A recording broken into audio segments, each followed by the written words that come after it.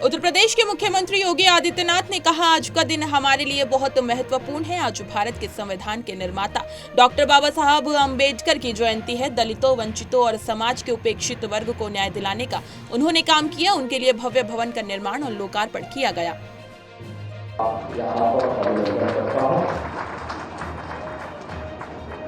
आज का दिन हमारे लिए बहुत महत्वपूर्ण दिन है। भारत के संविधान के शिल्पी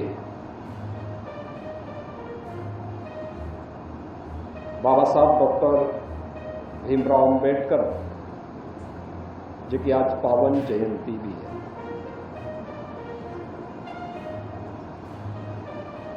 डॉक्टर भीमराव अम्बेडकर जी की जयंती को हम सब दलित, वंचित और समाज के उपेक्षित वर्ग को न्याय दिलाने के महामानव के रूप में आयोजित करते हैं। कांग्रेस नेता पवन खेड़ा ने कहा, सभी जानते हैं कि यहाँ कानून व्यवस्था खराब है, लेकिन यहाँ कानून व्यवस्था पर सवाल करने पर सजा मिल जाती है। यहाँ कार्रवाई प्रताप सिंह बाजवा पर हो रही है और अगर इनमें हिम्मत है तो कार्रवाई उन पर करें जिन्होंने यहाँ कानून व्यवस्था बिगाड़ रखी है। लॉ एंड ऑर्डर तो खराब है, वो सबको मालूम है, लेकिन यहाँ लॉ एंड ऑर्डर पे सवाल पूछने पे सजा मिल जाती है, पर्चा दर्ज हो जाता है। और कहीं अगर आप सवाल पूछोगे तो जवाब मिलेगा, जांच होगी, कार्रवाई होगी। यहाँ कार्रवाई हमारे बाजवा जी पर हो रही है। कार्रवाई आपकी अगर हिम्मत है तो करिए उन पर जो यहाँ लॉ एंड ऑर्डर बिगाड़ रहे हैं। क्या आप उनसे मिले हुए हैं? हमारा ये सवाल है आपसे। पश्चिम बंगाल की मुख्यमंत्री ममता बनर्जी के वक्फ संशोधन अधिनियम पर दिए बयान पर भाजपा सांसद सुधांशु त्रिवेदी ने कहा, भारत की संवैधानिक व्यवस्था के तहत क्या ममता बनर्जी ये अनुमति देंगी कि कोई जिला पंचायत पश्चिम बंगाल विधानसभा के कानून को ना माने तो कोई राज्य कैसे केंद्र सरकार के कानून को नहीं मान सकता है। ये साफ दर्शाता है कि उनके लिए संविधान का कोई महत्व नहीं है। मैं पुनः कह रहा हूं कि भारत की संवैधानिक व्यवस्था के तहत ममता जी से ही मैं कहता हूं, क्या आपकी अनुमति देंगी कि आपकी कोई जिला पंचायत पश्चिम बंगाल विधानसभा के कानून को न माने तो कोई राज्य कैसे केंद्र सरकार के कानून को नहीं मान सकता।